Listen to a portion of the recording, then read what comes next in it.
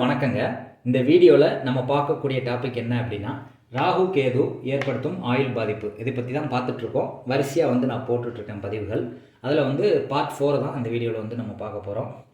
இதில் என்ன புது கான்செப்ட் நம்ம கண்டுபிடிக்க போகிறோம் அப்படின்னா, ஆயுள் பாதிப்பு வேறு விதமாக எப்படி ஏற்படுத்தும் ராகு கேது அப்படிங்கிறத பார்த்துட்டு அதுக்கு விதிவிலக்குகள் என்ன, அதுலேருந்து தப்பிக்கிறதுக்கு அப்படிங்கிறத இந்த வீடியோவில் பார்க்க போகிறோம். இப்போ ராகு இந்த சைடு கேது, ராகு கும்பத்தில் இருக்குது, கேது சிம்மத்தில் இருக்குது. இந்த ரெண்டுக்கு நடுவில் இருக்கக்கூடிய ராசி தான் மையப்புள்ளின்னு சொல்கிறோம். இப்போ உதாரணத்துக்கு ராகு கும்பத்தில் இருக்குது, கும்பத்துலேருந்து 4வது ராசி என்ன, விருச்சிக ராசி. கேது இருக்கக்கூடிய இடத்துக்கு 4வது ராசி அதுவும் விருச்சிக ராசி.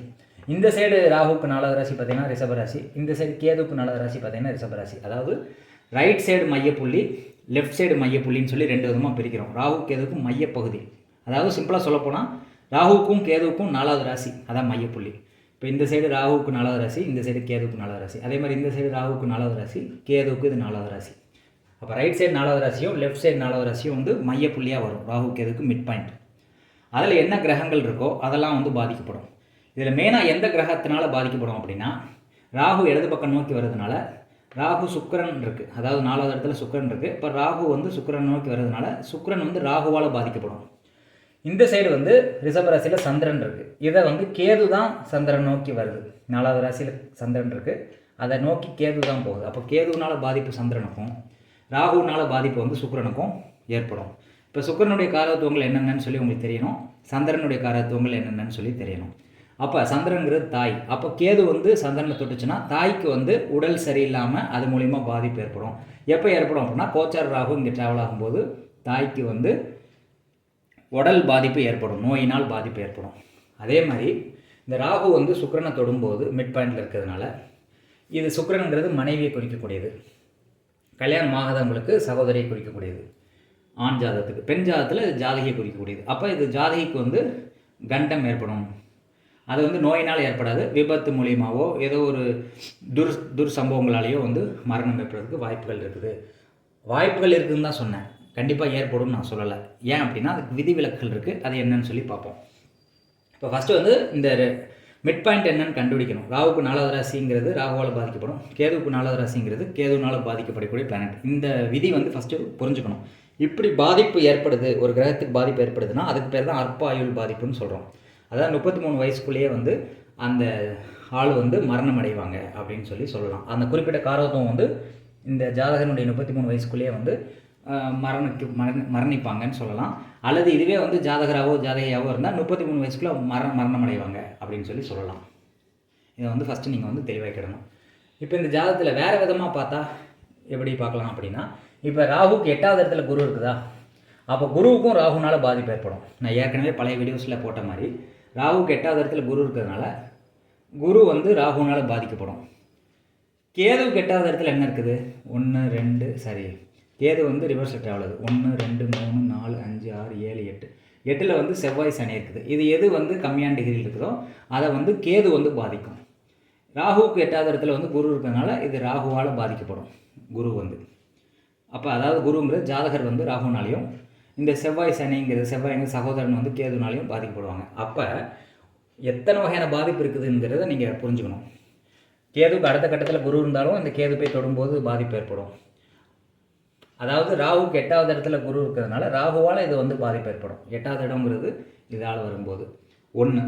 கேதுக்கு 8வது இடத்துல இருக்கிறதுனால கேது செவ்வாயையும் சனியையும் பாதிக்கும் டிகிரி வைஸில் பார்க்கும்போது. இன்னொரு கால்குலேஷன் என்னென்னா, ராகுக்கு 4வது இடத்துல இருக்கக்கூடிய பிளானட்டையும் பாதிக்கும், கேதுக்கு 4வது இடத்துல இருக்கக்கூடிய பிளானட்டும் பாதிக்கப்படும். இன்னொரு வகையான அனலைசிஸும் இருக்குது. ராகுக்கு 1 5 9 என்ன பிளானட் இருக்கோ அதையும் ராகு பாதிக்கும். 1 2 3 4 5ல் எது பிளானட் இல்லை, 6 7 8 9லையும் பிளானட் இல்லை.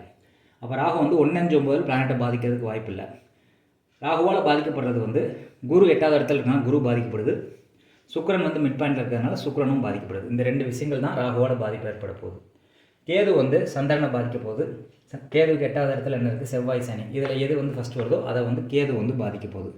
இப்போ கேதுனால பாதிப்பு அப்படின்னா நோயினால் பாதிப்பு, ராகுனால் பாதிப்பு அப்படின்னா ஏதாவது ஒரு இடத்துல சர்ஜரி மூலிமா ஏதாவது சர்ஜரி மாற்றி பண்ணி உடல் உறுப்புகளை இழக்கிறது, அல்லது விபத்து மூலிமா உடல் உறுப்புகளை இழக்கிறது, அல்லது இவங்களே குதிச்சு இறக்கிறது, அந்த மாதிரி சம்பவங்கள் நடக்கும். இதுக்கு பேர் அற்பாயுள்.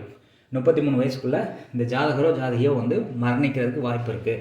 வாய்ப்பு இருக்குன்னு தான் சொன்னேன், கண்டிப்பாக மரணிப்பாங்கன்னு சொல்லலை. அதுக்கு விதிவிலக்கு என்ன அப்படின்னா, இப்படி ஒரு அமைப்பு வந்துருச்சு, இப்போ இவங்க தப்பிப்பாங்களா அப்படின்னு பார்க்குறதுக்கு வந்து குருவும் சுக்கிரனும் வந்து 1-5-9லையோ 3-7-14லையோ தொடர்பு இருந்தால் இந்த அற்பாயிலிருந்து அவங்க வந்து மத்தியம ஆயிலுக்கு வந்து போயிடுவாங்க. ஃபார் எக்ஸாம்பிள் வந்து குரு இருக்கிற ராசிக்கு வந்து 1, 2, 3, 4, 5வது ராசியில் சுக்கிரன் இருக்கா, அப்போ குருவுக்கும் சுக்கிரனுக்கும் தொடர்பு ஏற்பட்டுருச்சா 1-5-9, 3-7-11 எதில் குரு சுக்கிரன் தொடர்பு இருந்தாலும் இவங்க வந்து இந்த அற்பாயிலேருந்து தப்பிச்சு மத்தியம ஆயில் வரைக்கும் இவங்க வந்து ஆயில் வந்து இன்க்ரீஸ் ஆகும். இப்போ இந்த பாதிப்பு இருக்குது. ஆனால் குரு சுக்கிரன் வந்து இங்கே தொடர்பு இருக்கிறதுனால 33 வயசுக்குள்ள மரணம் அடைய மாட்டாங்க, தள்ளி போகும் கண்டம், தள்ளி போய் 66 வயசு வரைக்கும் தான் இவங்க வாழ்வாங்க. அதுக்குள்ளே வந்து கண்டம் ஏற்படும், மத்தியம ஆயில் வரைக்கும் வாழலாம் குரு சுக்கிரன் தொடர்பு இருந்தால். இப்போ குரு சுக்கிரன் வந்து 5 இல்லாமல் 6 இருக்குதுன்னு வச்சுக்கோங்க. இப்போ குரு வந்து இந்த இடத்துல இருக்குதுன்னு வச்சுக்கோங்க. அப்போ குருவுக்கு 6வது இடத்துல சுக்கிரன் வரும். அப்போ குரு 6 இருக்கும்போது 6-8 இருக்கும்போது குரு சுக்கிரன் உங்களுக்கு வந்து இந்த மத்தியம ஆயில் வந்து கால்குலேஷனில் வராது. இவங்க வந்து அற்பாயிலே இறக்கிறதுக்கு வாய்ப்பு இருக்குது. நல்லா புரிஞ்சுக்கோங்க. ஃபஸ்ட்டு அற்பாயிலான்னு சொல்லி கண்டுபிடிக்கணும். இந்த ராகு கேது பிடிக்குள்ளே சிக்கின கிரகங்கள் வந்து பாதிப்பு ஏற்படுத்தும். 33 வயசுக்குள்ளே அவங்க மரணிக்கிறதுக்கு சான்சஸ் இருக்குது.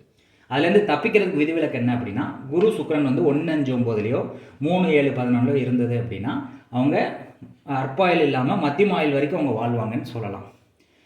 அதுவே குரு வந்து இங்கே இருக்குதுன்னு வச்சுக்கோங்க, மிதனத்தில் இருக்குது, குருவுக்கு 6வது இடத்துல சுக்கிரனும் சுக்கிரனுக்கு 8வது இடத்துல குருவும் வர்றதுனால 6-8 வருது குரு சுக்கிரன். அப்படி வந்துச்சுன்னா அவங்க வந்து மத்தியம ஆயில் வாழ மாட்டாங்க, திரும்பவும் வந்து அற்பாயிலுக்குள்ளே இறந்துருவாங்கன்னு சொல்லலாம். குரு சுக்கிரன் சரியில்லைன்னா அவங்க கண்டிப்பாக வந்து அற்பாயிலே இறந்துருவாங்க அப்படின்னு சொல்லலாம். இது நல்லா இருக்க பட்சத்தில் அது மத்தியம ஆயில் வரைக்கும் தள்ளி போகும் ஆயில். இது ஒரு விதிவிலக்கு, ஏற்கனவே நான் சொல்லியிருக்கேன் குரு சுக்கிரன் தொடர்பு. 3வது ஒரு விதிவிலக்கு இருக்குது, அதை வந்து மெயினாக நீங்கள் கண்டுபிடிக்கணும். அது எப்படி கண்டுபிடிக்கிறது அப்படின்னா, லக்னம் தேவை அதுக்கு. அப்போ லக்ன அதிபதி பார்க்கணும், அதே மாதிரி 8ஆம் அதிபதி பார்க்கணும். இதில் லக்ன அதிபதி வந்து குருவா, ஓகே.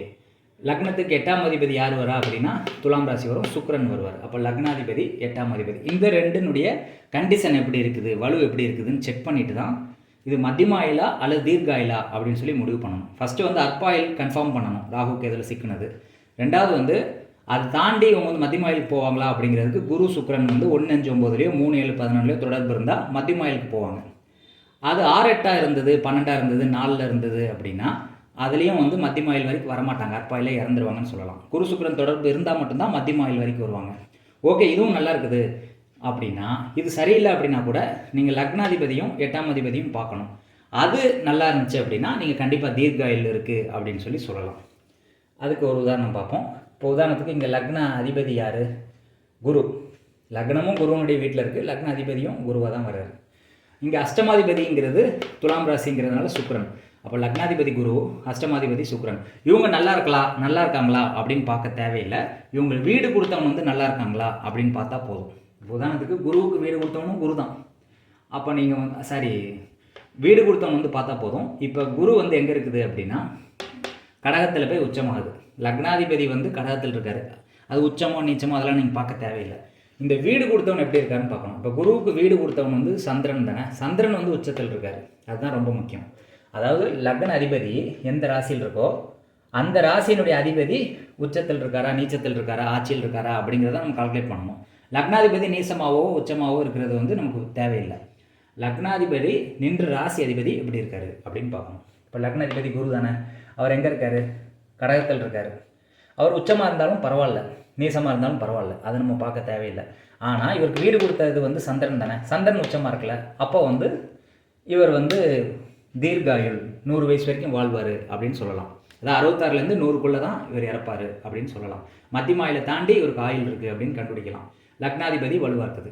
ஓகே, அடுத்து அஷ்டமாதிபதிங்கிறது சுக்கிரன் தானே. இப்போ சுக்கிரன் எங்கே இருக்குது, விருச்சிக ராசியில் இருக்குது. இப்போ விருச்சிக ராசி சுக்கிரனுக்கு வீடு கொடுத்தவர் யார், விருச்சிக ராசி சுக்கிரன் தானே. சுக்கிரன் எங்கே இருக்கார், விருச்சிக ராசியில் இருக்குது சுக்கிரன் வந்து. அப்போ இதுக்கு வீடு கொடுத்தவர் வந்து செவ்வாய் தானே. அப்போ செவ்வாய் வந்து இங்கே உச்சத்தில் இருக்குது. செவ்வாய் உச்சத்தில் இருக்கிறதுனால இவர் வந்து தீர்காயுள் அப்படின்னு சொல்லலாம். இது ஒரு தடவை ரீகேப் பார்ப்போம். ஃபஸ்ட்டு வந்து ராகு கேதுவால் எந்தெந்த கிரகங்கள் பாதிக்கப்படுது அப்படின்னு ஃபைண்ட் அவுட் பண்ணணும். நம்பர் 1, அப்படி பாதிக்கப்பட்டால் அந்த ஜாதகரோ அல்லது அந்த கார உறவுகளோ வந்து 33 வயசுக்குள்ளே இறந்துருவாங்க. ஜாதகனுடைய 33 வயசு எட்டுறதுக்குள்ளே அவங்க இறப்பாங்க. ஓகே, இது நம்பர் 1.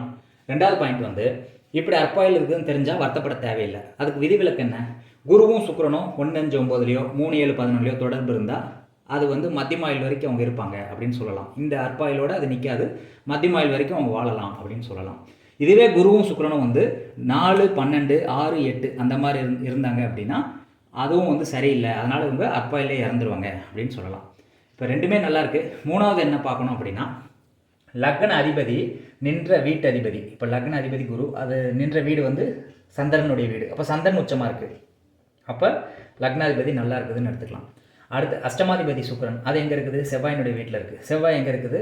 உச்சத்தில் இருக்குது, மகரத்தில் உச்சத்தில் இருக்குது. அப்போ லக்னாதிபதியும் அஷ்டமாதிபதியும் உச்சத்தில் இருக்கும்போது அவர் 66லேருந்து 100 வயசு வரைக்கும் தான் அவர் ஆயுள், அது வரைக்கும் வாழ்வார் அப்படின்னு சொல்லலாம். தீர்காயிலாக இருப்பார் அப்படின்னு சொல்லலாம்.